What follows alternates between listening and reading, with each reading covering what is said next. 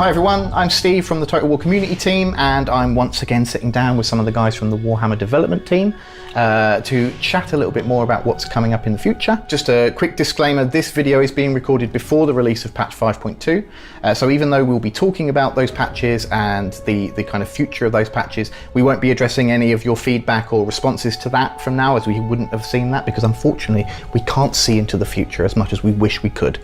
So with that said, let's jump into some introductions. Rich and Sean, people have met you before, but do you want to give us a quick introduction as to who you are and what you do? I'm the game director for the Total War Warhammer series. I look after the various DLCs, hotfixes, patches and the like with these fine gentlemen. And Sean, how about you? Yeah, I'm the lead designer on the next project coming up now. So I'm focused primarily on keeping the team focused and bringing it together ready for the end of this year.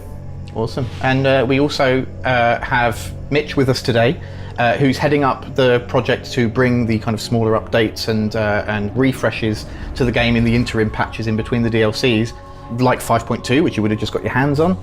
Mitch, do you want to give us a quick introduction to who you are, what you do, and also maybe your history with the Warhammer series? Yeah, sure. So I'm Mitch. Some people will remember me. Thinking way back to Beastmen is where I joined the project on Warhammer with Rich and the team. And I worked on every DLC, all the way up to Immortal Empires. Some of the big notes in there were Tomb Kings and Vampire Coast.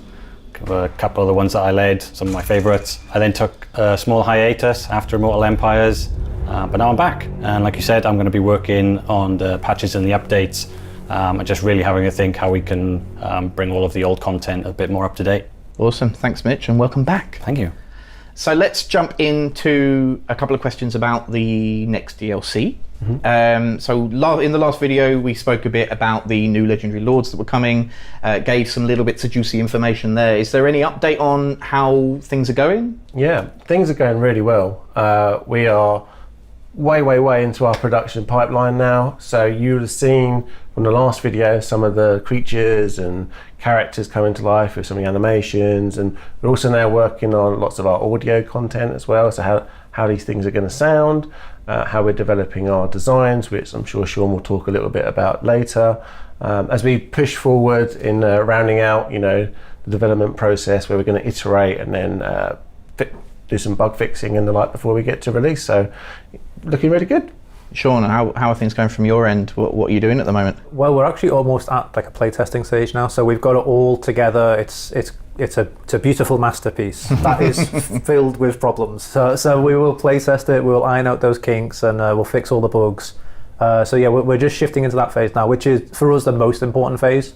So we'll be really relying on our QA team to give us lots of feedback, and we'll spend a lot of time playtesting ourselves. But as we shift into iteration, what looks like an amazing idea right now, we'll play it and go like, oh, actually maybe we could shift it this way or that way, and that's where like the real magic comes together, and that's what we've learned over the years, that this is like the most crucial stage to get like the best product. So we are there now, and we are not wasting any time with what we have. So a word that you guys both mentioned there is iteration. And for those who don't know what that is, what is that, and what is that stage when you're in game development? So we have like a few key stages for us. So we have the pre-production stage, which is where we decide what we're making. We've figured out who the characters are, what's the goal, what's the pillars to lean towards. After pre-production, we know what we're making. We shift into production, where we start producing it. We make it, and during that stage, we just kind of have like the first draft. So once it all comes together, we then play test that, and we go, okay, so what was good, what was bad, what maybe it's like completely the wrong direction. We think we've missed the mark. As we hit into iteration, that's where we take a stop, we address it, we think, okay, we need to turn left here or go right there, and then we have a good few weeks of doing that, and then at the end of that, we then shift towards bug fixing so that we can polish the product ready for release. Right. Yeah, it's definitely where we sprinkled a little bit of pixie dust and magic into it, and just really polish it out. So let's look at these new legendary lords. Let's look at Gorbad for the first one. Is there any extra stuff based, what you told us before? Any new stuff that you can talk about today regarding his play style, mechanics, anything about him? Yeah, I can go a little bit more detail. So last time we talked about how he was, this tactician that brings all flavors of the Orcs and Goblins roster together, and we've dug into that a bit further, and we've come up with a name in progress but apt de plan, which is a feature around Gorbard experimenting with what different units in the roster can he pull together, and if those form a plan in his head, he can then create a unique strategy around them. So it might be, send out some goblins in front of the archers and they can pick up the arrows. And it's like, well, now you've got a way to regenerate your ammunition during the battle because he's got arrow catchers, go in and get it. Or maybe it's a more campaign-focused thing of like, what if I bring loads of wolf riders? Then I can do better raiding. So it's all ideas around experiment with your army, what units you bring, and that can have both campaign and battle and interactions to make him quite different. So you've mentioned units. Are there any that you can tell us about today? Yeah, I think the unit I most want to talk about is the characters, the Savage Orc Shaman. So to go back to how we're always looking at the game and trying to find where it makes sense. For us, we thought we have WARZAG in game right now. We've got lots of Savage Orc tribes in game, but none of them are being actually led by Savage Orcs, which they should be. So if we bring in the Savage Orc Shaman, we can right that wrong, and we can bring in a new bit of gameplay, but also refresh some old experiences and make it feel a bit more authentic to the Warhammer world. It's weird having a Savage Orc tribe led by an orc. Yeah. Now it's a Savage Orc, so yeah, that's the goal. Yeah, we want to give you that flavour. Yeah. We had that in the past with Shadows of Change and didn't quite get that right there with Mother of Stankia. So yeah, absolutely want to make sure that you can role play out the armies that you want to build. And yeah, Sean was like dead set on getting this character in for you. Yeah, when we brought in the Savage Orc, it did make us take another look at WARZAG. They're like, well, if we're giving him another character, maybe we should take a look at what he's up to. So we've actually moved him as well. So we've moved him from the Badlands down to the Southland jungles to pay homage to his origin in his 8th edition lore. And we're working on like a little nod to his connection with Gork and Mork and the Savage Orc tribe. So yeah, a new fresh experience there, something we're looking to do in other places as well. Awesome. Yeah. So we want to see your best WARZAG dance. The time will come, I'm sure. I'm sure if there's enough demand for it. So what about Golgfag? What's coming down that line with the Ogre Kingdoms? Is there more stuff that you can tell us about now? Yeah, I can tell you some more stuff about that. You're pulling it all out of me today. I'm very heavily aiming at you today, Sean. I'm in the crosshairs. Yes, because you're heading this all up. You've got all the juicy details. Yeah, I'll make sure I do a good job. So Golgfag, I mentioned earlier, he is the mercenary guy. So we have to make him a mercenary, right? Like we have to create the first proper mercenary faction in Warhammer 3. So we've got a brand new feature set now where you can take on Golgfag's contracts and you actually work for another faction. So if I create a scenario here, we obviously had to deliver a mercenary experience. So for the first time in Warhammer 3, we're trying to create a faction that plays like a mercenary. So you will work for other factions. So in his new feature, Golgfag's contracts, you can, let's say Karl Franz is having some trouble with Vlad, and he offers you a job. You can take on all his wars and go, okay, I'll work for you, Karl. You beat up Vlad and maybe Dreich's causing trouble, or Kemmler as well. If you do enough good job for him, beat up his enemies, maybe gift some of the settlements to him, you can fulfill your contract, and Karl will give you a nice big juicy payday at the end of that. So yeah, and we've even tried to keep it like, you're a neutral party, you're just a mercenary. So a lot of the diplomacy that comes with beating up Vlad will actually get passed on to Karl. Like, he's the one that hired you. It's not Golfag's fault that he's doing a good job. So at the end of that contract, maybe Vlad says, could you work for me instead and take on Karl next? So we've created this new experience where he does kind of roam the world, taking on the jobs and beating up anyone he fancies. Interesting. Yeah. I'm going to throw another one at you, Sean. I don't know if you can guess what I'm going to ask you. Do you want some more content? You want a crumb of content? Yeah. Maybe a little bit. Are we going to do this again? We're going to do it again. A little tiny bit of content about Khorne and Skulltaker. Yeah? Sure. No, that's enough. Oh, okay. I thought you were going to ask about another ogre piece of content, which I could say we're doing the Yetis, but I guess we'll go straight into Skulltaker if you want. Sorry, what Yetis? Yeah, the Yetis, but we'll move on from that. Yeah. Tell us. You can cut that. Tell us a bit about Yetis. The Yetis are like a monstrous infantry unit for the ogre roster. They are like quite ice imbued and come from the deep recesses of the mountains in the ogre kingdoms, and to give them a bit of a difference from Gorges, who are quite aggressive, charging in. The Yetis actually come with like a passive debuff, an aura of frost, I think is our working title there. So you want to mix them into your roster in places to debuff the enemy so that your ogre balls can really hit them hard on the charge. Are they really big or just big? Just big. Just big, okay. Just one. Yeah, big, furry. Yeah. As a Yeti should be. Yeah. Cool. Are they soft and fluffy? I wouldn't pet them. Oh, okay. Yeah. Okay, let's have a look at Khorne. Skull Taker. Yes. What new info can you give us? Well, I think last time I told you that he's a champion hunter. You know, that's his probably gameplay role there. So again, we've dialed into that on the campaign side as well. With Skull Taker, he's all about hunting down champions, taking their skulls. And for us, we are trying to capture that with him. When he defeats characters in campaign, he will claim a portion of their strength, some of their champion essence, which he can then use to imbue his Cloak of Skulls. And the whole idea of the feature is seek out, powerful characters, defeat them, claim some of their strength, and empower yourself even further, so that you can become the ultimate Khorne champion and the ultimate champion of the Warhammer world.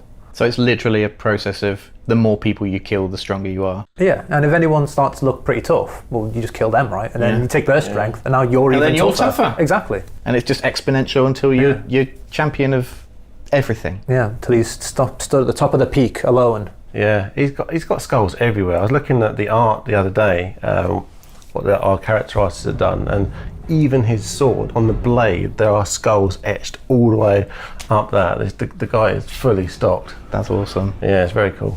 Units. Are there any new units or anything like that you can talk about for Khorne for this DLC? Yeah, let's talk a little bit about what we've got coming for them.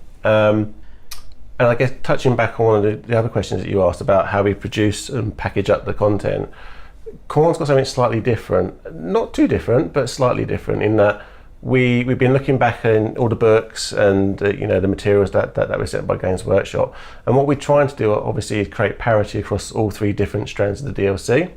Where you've got your legendary lord and legendary hero and so on. But with Khorne, when we came to look at what other options were available for some of the generic characters, they didn't quite have as much stuff on offer now as maybe what some of the other factions do, as we've been exhausting it through the various different DLCs and products. So Khorne's already got I think three kind of heroes in already, like the cultists and the like.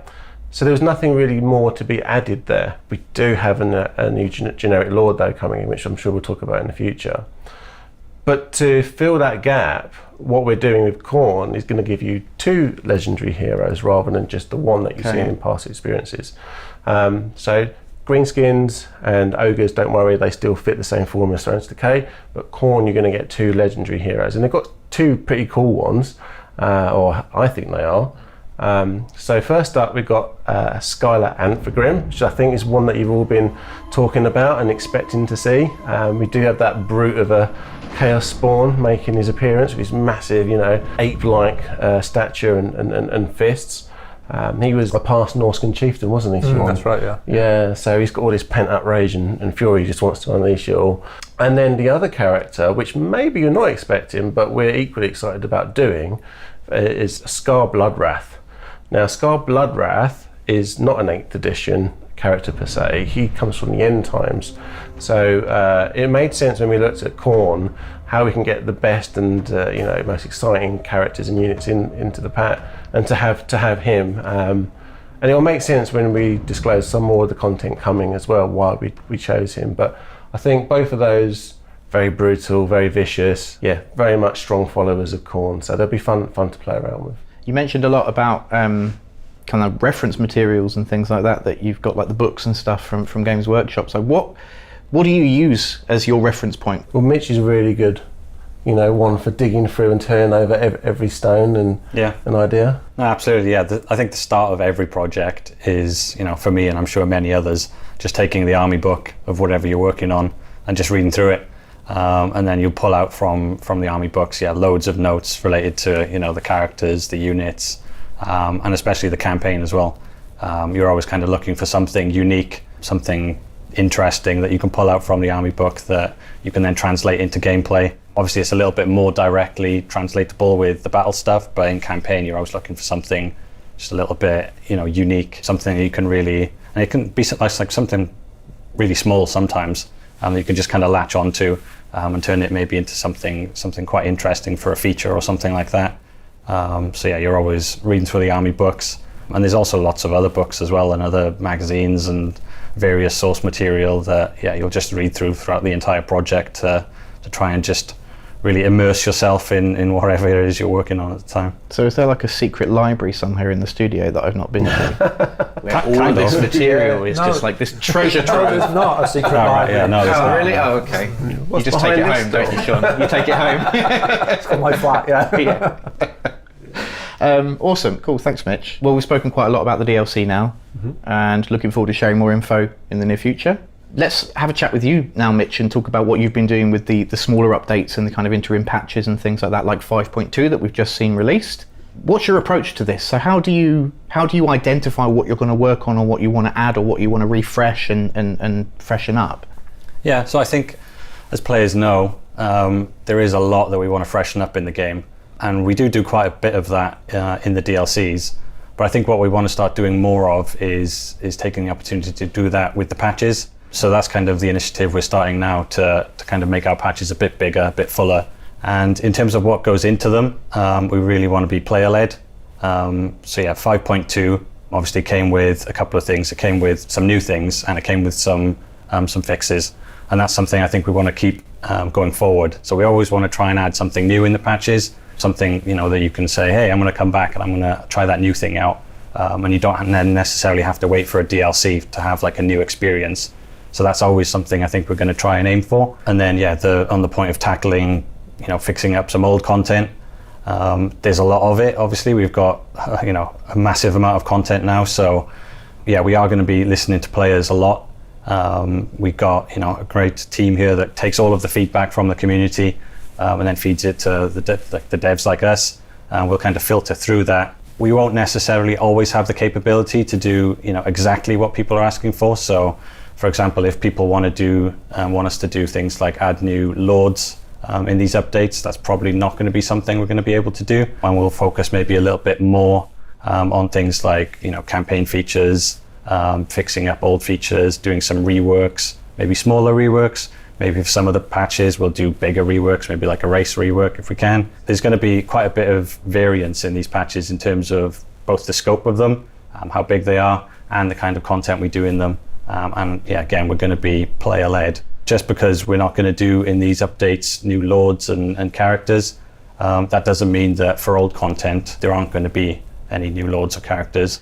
Talking about these things that you're reworking and working on, are you able to tell us anything about what's going to be coming next down the line in the next patch? So that's a good question. As you noted at the start, we're recording this before 5.2 comes out.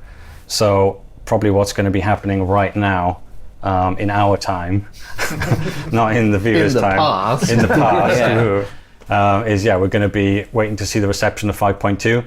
What would be really awesome is to start getting more feedback from players. What is it do they want to see? What content do they want us to go back and fix and update? And if they have even kind of, like I said, we want to do new stuff. So if they've got idea for new little features that they want to see in the game, it can be quality of life features, or it can be something a little bit more mechanical like the deeps, then we can look to do that. So at the moment, I will mention a couple of things that are on our list, but the big caveat obviously is that plans might change. So what we're thinking of doing at some point will be a Bretonnia rework.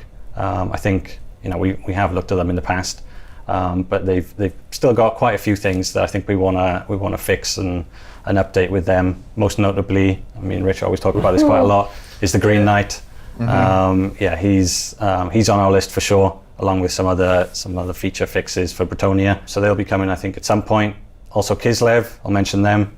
We've seen a lot of feedback that people want us to take a look at Kislev and kind of update them a little bit. And then we've also got some other smaller plans. So I think we've got a big rebalance of the ancillary system and a bunch of new ancillaries that we're looking to do in the near future. The Chaos Invasion, that's also something that we've seen a lot of requests for, which is definitely on our list to kind of bring back in some form. Obviously it's a little bit different now how we can kind of implement it in Warhammer 3 because all the big bad guys are already on the map. But I think there's some ideas we've got there. So yeah, that's a couple of things just to name, just to give you a little taste. But yeah, like I said, we will we'll be waiting for feedback, and we really do want to be player-led. So it will, plans might change depending on what it is people want. As Mitch said, we're gonna try and inject variety of content into these updates. Hopefully, you saw recently 5.2. We added a couple of orc and goblin units. There's other ideas around weapon variants, stuff like that. But that's the sort of thing that we're aiming for at the moment. Whereas characters like Egrim, I know people are after him. He'd be better suited to a DLC in the future. So yeah, please don't expect those in the minor updates. So this feedback that you're acting on from the community, whereabouts are you kind of compiling that from? Which channels that we have are you using for that? Yeah, so we've got a fantastic player experience team here. Like I said, they kind of give us devs like really great feedback directly from players. So you can go on our official forums, our official Discord, and to be honest, most other social media, we'll find it eventually. And yeah, it's maybe not always obvious, but I can promise you we do get all of the feedback from players, and it is massively helpful in shaping, not only I guess what I do in the updates, but just everything we do in general. So go there, leave all your feedback, it'll reach us, and then we can act on it. Awesome. Yeah, feedback. We do a lot of reading.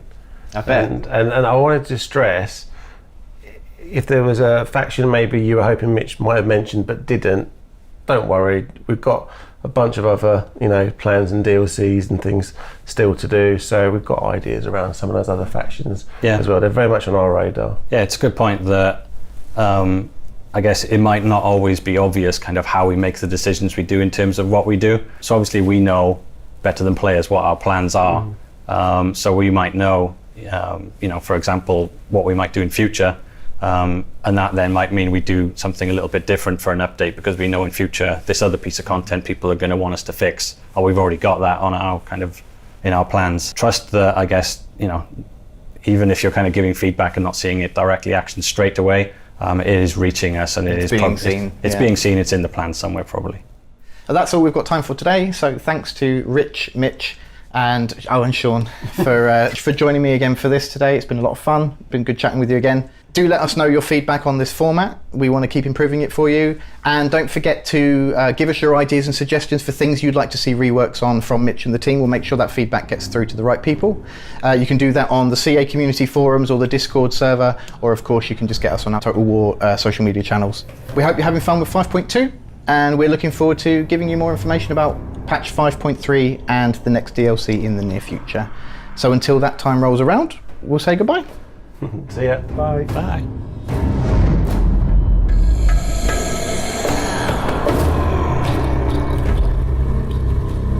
Well, that's all we've got time for today. So thank you to Rich, Sean and Mitch for joining me for this. It's been a lot of fun.